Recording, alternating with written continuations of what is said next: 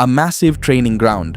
Unahin natin ang PLA Ground Forces na siyang pinakamalaking sangay ng militar ng China na may tinatayang 965,000 active duty personnel. Sa buong dekada ng 2020s, nakatuon ang Land Army sa dalawang pangunahing direksyon. Una, ang pagpapalakas ng kanilang long-range fire capabilities sa malapit na koordinasyon sa PLA Rocket Force. Ikalawa, ang pagpapahusay ng joint operations, partikular sa koordinasyon ng reconnaissance units, special forces, mechanized infantry, armored units, combat engineers, at signal units. Ang mga malalaking at komplikadong pagsasanay na ito ay karaniwang isinasagawa sa Juri Combined Tactics Training Base, ang pinakamalaking military training ground ng China. Matatagpuan ito humigit kumulang 400 kilometers hilagang kanluran ng Beijing sa Inner Mongolia Autonomous Region at may lawak na 1,066 square kilometers na halos katumbas ng 9/10 ng buong lungsod ng Los Angeles.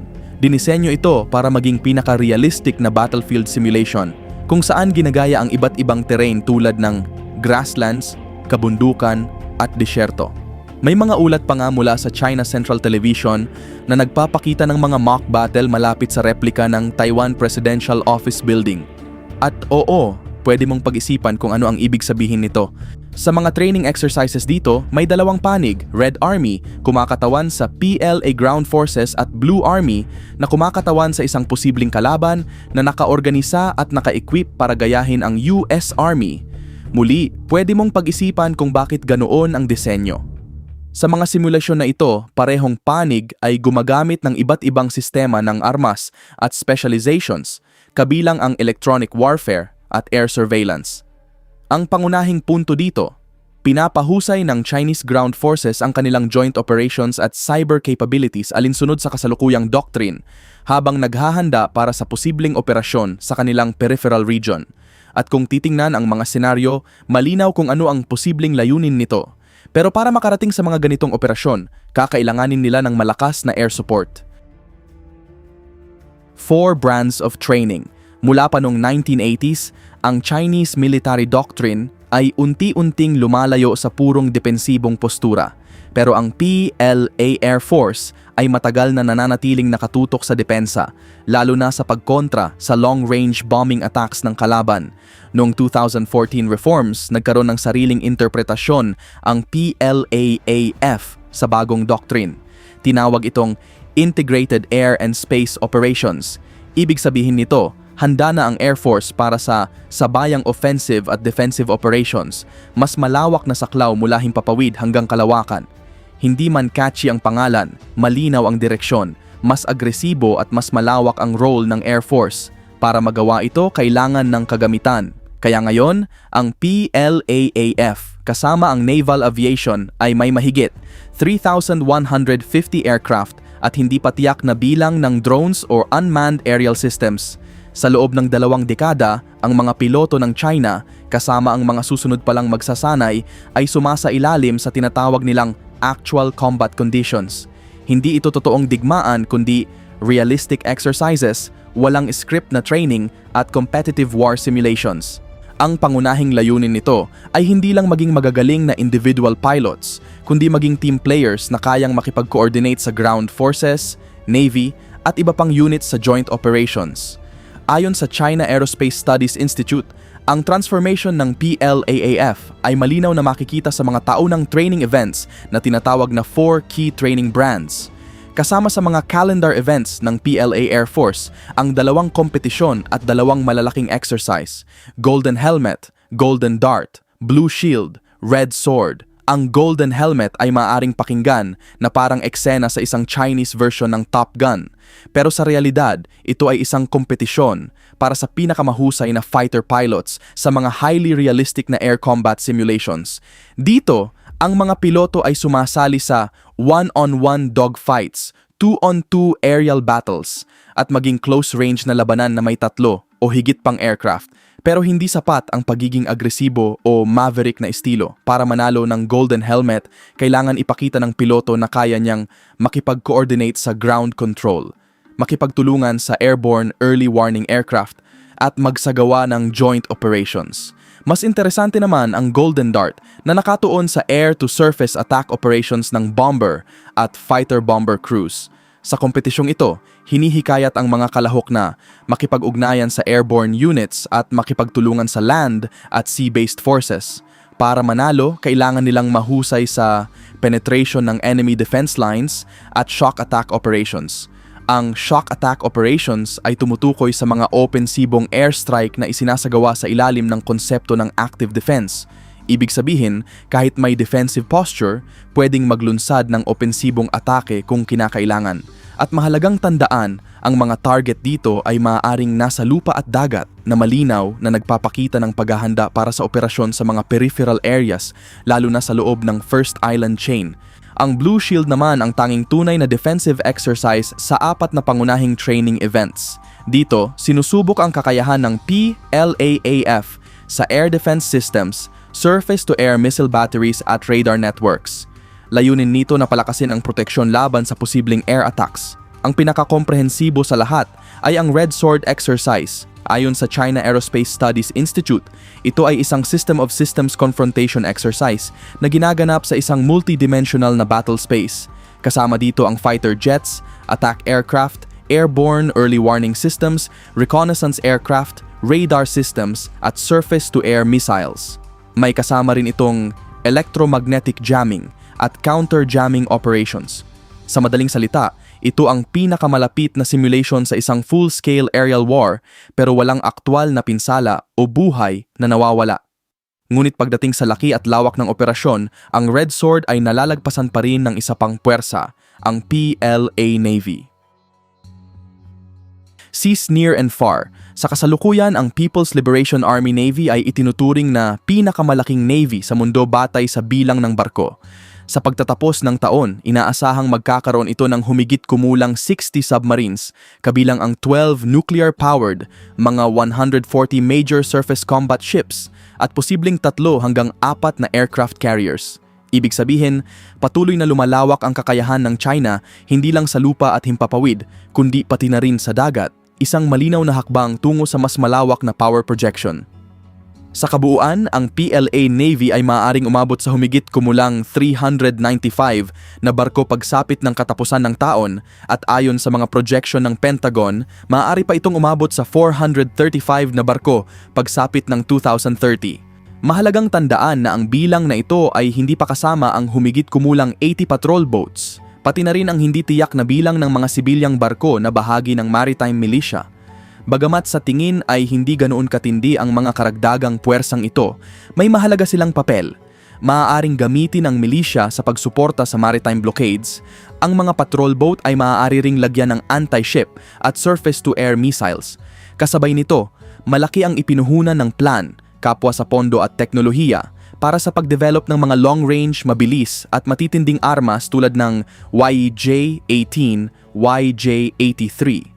Ayon sa 2024 na ulat ng United States Department of Defense, ang Chinese Navy ay mayroon na ngayong modernong hanay ng anti-surface capabilities at anti-air systems, ngunit hindi pa doon nagtatapos ang kanilang pag-unlad. Ayon pa rin sa ulat, sa mga susunod na taon ay inaasahang maglalagay ang plan ng land attack cruise missiles sa kanilang mga bagong destroyers at cruisers. Ipinapakita nito na ang PLA Navy ay hindi lamang nakatuon sa pagpatrolya sa baybayin ng China. Sa halip, malinaw na mayroon itong pangmatagalang grand strategy na nabuo noong 2015 at nakabatay sa 2014 doctrine. Ang estratehiyang ito ay binubuo ng 2 pangunahing konsepto, Near Seas Defense at Far Seas Protection. Sa panahon ni Mao, ang Near Seas ay tumutukoy lamang sa mga katubigang malapit sa baybayin ng China. Ngunit sa ilalim ni Xi Jinping, pinalawak ang definisyon nito. Ang Near Seas ay tumutukoy na sa mga maritime area sa loob ng First Island Chain. Ang layunin nito ay mapanatili at maprotektahan ang interes ng China sa loob ng rehiyong ito na lampas pa sa mismong baybayin nito. Samantala, ang Far Seas Protection ay tumutukoy sa mga operasyon sa labas ng First Island Chain. Sa teorya, maaari itong umabot sa pandaigdigang saklaw, ngunit ayon sa 2019 PLA White Paper, saklaw nito ang hilagang Indian Ocean at ang kanlurang Pacific Ocean hanggang sa bahagi ng Second Island Chain, kabilang ang Guam. Kasama sa mga operasyon dito ang peacetime missions, wartime operations, proteksyon ng mahahalagang sea lanes, at pag-atake sa high-value targets ng kalaban. Bago pa man ganap na maipormal ang konseptong ito, nagsagawa na ang plan ng malalaking military exercises upang subukan ang kanilang kakayahan. Halimbawa, noong unang bahagi ng 2014, isang Chinese surface fleet ang nagsagawa ng 23 days na training exercise, sakop ang South China Sea, Eastern Indian Ocean at Philippine Sea. Sa pagsasanay na ito, hinasa nila ang anti-submarine warfare, air defense operations, electronic warfare at expeditionary logistics na mahalaga sa mga overseas operations. Ang layunin nito ay hindi lamang training, kundi pati na rin ang pagpapakita ng kakayahan ng China na mag-project ng kapangyarihan sa labas ng kanilang teritoryo. Sa mga nakaraang taon, lalo pang pinalawak ng plan ang kanilang operasyon sa labas ng First Island Chain. Halimbawa, noong 2023, nagsagawa sila ng 3 exercises sa Philippine Sea gamit ang aircraft carrier na Shandong at ang battle group nito. Gayunpaman, mas nakatuon ngayon ang karamihan ng drills ng PLA sa joint operations, kasama ang iba pang sangay ng militar, lalo na sa mga lugar na malapit sa Taiwan. Noong Mayo 23 hanggang 24, 2024, isinagawa ang Joint Sword 2024, isang malawak at komplikadong military exercise. Kasama rito ang Navy, Ground Forces, Air Force, Rocket Force. Sa loob lamang ng 2 araw, nagsagawa sila ng mga simulation ng airstrikes, amphibious assaults, drone operations, at missile bombardments. Sa kabuuan, nag-deploy ang PLA ng 111 aircraft, 46 vessels kabilang ang Type 05 2D destroyers at J-20 at J-16 fighter jets. Kapansin-pansin na 82 aircraft ang lumapit sa tinatawag na contiguous zone ng Taiwan, isang lugar na napakalapit na sa territorial waters nito. Hindi ito simpleng training lamang. Ayon kay Senior Captain Li Shi, tagapagsalita ng PLA Navy, ang Joint Sword ay isang malakas na parusa laban sa mga separatistang puwersa ng Taiwan Independence at isang malinaw na babala laban sa panlabas na pakikialam. Makikita rin na ang timing ng exercise ay makabuluhan. Isinagawa ito ilang araw matapos ang inaugurasyon ng presidente ng Taiwan. Muli nating makikita kung paano ang aktwal na pagsasanay ng PLA ay sumasalamin sa kanilang mga doktrinal na prinsipyo. Ang Joint Sword 2024A ay malinaw na nakatuon sa pagpapahusay ng joint operation capability habang isinasabuhay rin ang konsepto ng active defense sa mga periphery ng China bilang tugon sa tinatawag nilang banta sa politika. Sa kasong ito ay ang Taiwan separatism. Ang mga pagsasanay noong Mayo ay sinundan pa ng mga katulad na drill mula Disyembre 9 hanggang 11, 2024 kung saan nag-deploy ang plan ng humigit kumulang 60 barko at submarino sa loob ng First Island Chain kabilang ang mga lugar malapit sa Taiwan. Ayon sa think tank na Jamestown Foundation, ang mga drill na ito ay maaaring tingnan bilang pagpapakita ng lakas ng China at ng kakayahan ng PLA Navy sa power projection. Ang layunin ng mga ito ay hindi lamang Taiwan, kundi pati ang dating President-elect Donald Trump at ang US 7th Fleet na nakabase sa Japan. Makalipas ang 2 buwan, noong February 2025, muling nagsagawa ang Chinese Navy ng mas malawak na combat training na may malinaw na offensive posture. Mula February 24 hanggang 27, nagsagawa ang Chinese naval units ng mga exercise na kinabibilangan ng live fire tests at drone sorties sa iba't ibang lugar tulad ng Gulf of Tonkin, Philippine Sea at Tasman Sea. Kasabay nito, nagsagawa rin ang plan ng Joint Operation Exercise gamit ang Landing Helicopter Dock Task Force na nag-simulate ng amphibious landing malapit sa Taiwan. Ayon sa US Naval War College, ang pagbilis ng realistiko at combat training malapit sa Taiwan ay maaaring sumasalamin sa pagsisikap ng PLA na paunlarin ang kakayahan upang makamit ang national unification bago ang kanilang sentenaryo sa 2027. Dagdag pa ng parehong institusyon sa pamamagitan ng mga coordinated naval drills sa rehiyon, layunin ng China na pataasin ang naval readiness at ipakita ang lumalawak nitong kakayahan sa mga kalaban, lalo na sa Australia at New Zealand, na maaaring tumulong sa Taiwan sa hinaharap.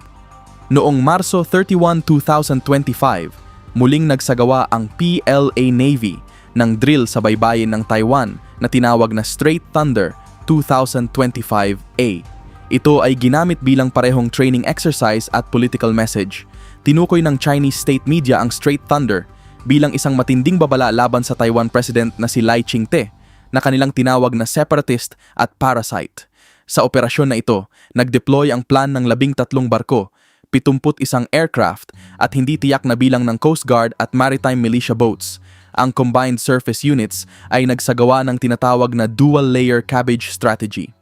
Sa estratehiyang ito, ang target, sa kasong ito ay Taiwan, ay napapalibutan ng 2 layer ng naval units.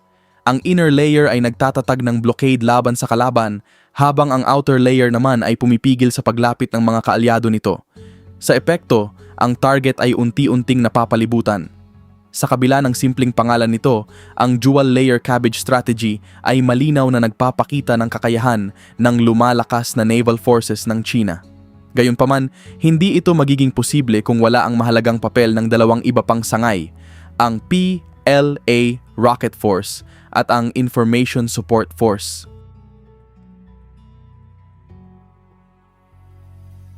Rocket and Jams, ang PLA Rocket Force na kilala rin bilang PLARF ay may mahalagang papel sa pag-oorganisa, pagsasanay at operasyon ng iba't ibang land-based conventional at nuclear missiles ng China. Tulad ng nabanggit, sinabi ng China na hindi sila ang unang gagamit ng atomic weapons.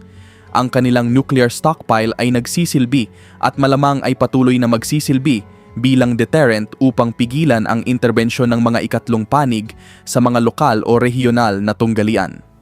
Mas malamang na gamitin ng Beijing ang kanilang conventional mobile ground-launched ballistic at cruise missiles na parehong marami at may kakayahan. Halimbawa, ayon sa US DoD, partikular na pinapansin ang Dongfeng 21D anti-ship ballistic missile.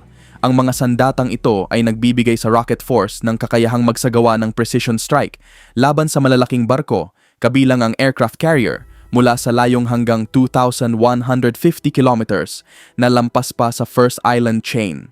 Sa aspeto ng pagsasanay, ang PLA Rocket Force ay regular na nagsasagawa ng live fire drills na tumatama sa mga simulated target tulad ng airfields, bunkers, aircraft at lalo na mga barko. Mula April 2023, aktibong nakikibahagi ang PLRF sa lahat ng PLA training events. Sa mga simulation na ito, ang papel ng Rocket Force ay protektahan ang likuran ng Navy. Habang ang Navy ay nakikipaglaban sa lokal na kalaban sa loob ng First Island Chain, ang PLRF naman ay nagsasanay ng long-range strikes laban sa mga allied fleet ng kalaban. Mayroon din tayong Information Support Force o ISF na mas kaunti pa ang alam tungkol sa operasyon nito. Itinatag ito noong 2015 bilang Strategic Support Force sa direktang inisyatiba ni Xi Jinping. Ang tungkulin nito ay pamahalaan at protektahan ang information at communication systems ng iba pang PLA services. Noong 2024, binuwag ang SSF at pinalitan ng ISF na gumaganap ng katulad na tungkulin. Bilang bahagi ng restructuring, ang Central Military Commission ay direktang kumuha ng kontrol sa 2 pangunahing departamento, Aerospace Force, responsable sa surveillance, communications at space warfare operations. Ang Cyberspace Force na responsable sa cyberspace operations, electromagnetic domain operations at psychological operations, kabilang ang public opinion at legal warfare. Kaunti lamang ang tiyak na impormasyon tungkol sa pagsasanay ng ISF, ASF at CSF. Gayunpaman, bago ito binuwag, ang SSF ay nakikibahagi sa lahat ng major training drills kasama ang ibang PLA services. Kasama sa kanilang gawain ang reconnaissance at intelligence mula sa land at space sensors, pag-setup ng command and control posts, komunikasyon, cyber warfare at electronic jamming at counter-jamming. Sa kabuuan, ang ISF at mga kaugnay nitong unit ay mahalagang bahagi ng joint operations at nagsisilbing connective tissue na nag-uugnay sa iba't ibang sangay ng PLA upang gumana ng sabay-sabay. A world-class force. Ngayon, maaari bang mahulaan kung anong uri ng operasyon ang gagawin ng China sa hinaharap? Ang sagot, hindi eksakto. Tulad ng nabanggit, ang mga operational plans sa aktwal na labanan ay hindi palaging eksaktong tumutugma sa doctrine. Nakadepende ito sa mga resources at agarang national security objectives. Gayunpaman, mas malamang na hindi magsisimula ng offensive war ang Beijing. Kung may unang strike man, ito ay malamang tugon sa itinuturing nilang hostile political act ng isang lokal o regional na bansa. lalo na kung banta ito sa mainland China o sa interest nito sa First Island Chain. Sa ganitong sitwasyon, maaaring mauna ang operasyon ng Information Support Force, Aerospace Force at Cyberspace Force. Maaaring kabilang dito ang pagharang sa communication systems ng kalaban, pag-atake sa information networks at propaganda at disinformation campaigns. Kapag lumala ang sitwasyon, ipapatupad ng PLA ang Joint Operations Guidelines kung saan magtutulungan ang Army, Navy, Air Force at Rocket Force sa brigade-level operations. Batay sa mga kamakailang training exercises, tila naghahanda ang Central Military Commission para sa posibleng sagupaan sa loob ng First Island Chain. Sa ganitong senaryo, ang Air Force at Navy ay maaaring magsagawa ng encirclement operations. Ang Rocket Force ay tatarget ng barko at eroplano hanggang Second Island Chain. Ang Ground Forces ay gagamitin kung ang target ay isla o baybayin. Ang Air Force ay magsasagawa ng ground attack operations. Ang Information Support Force ay magpapanatili ng komunikasyon at sisira sa command systems ng kalaban. Kung garantisado ba ang tagumpay ng PLA? Hindi pa rin tiyak dahil maraming salik ang nakakaapekto. Ngunit mas malinaw na ang China ay patuloy na nagpapalawak ng military influence, lumalayo sa purely defensive stance at nagmo-modernize ng armed forces. Ayon sa 2023 Pentagon Report na may title na Military and Security Developments Involving the People's Republic of China, ang 2027 ay pagpapabilis ng modernization at development ng military systems. 2035 ay halos kumpletong modernization ng military structure at capabilities at 2049 ay layuning maging world-class force. Ipinapakita nito ang paglipat ng China mula lokal na kapangyarihan, patungong regional na kapangyarihan, patungong pandaigdigang superpower. Ang tanong ngayon, sapat ba ang mundo para sa isa pang superpower o darating ba ang banggaan ng dalawang malaking puwersa? Tanging panahon lamang ang makakasagot.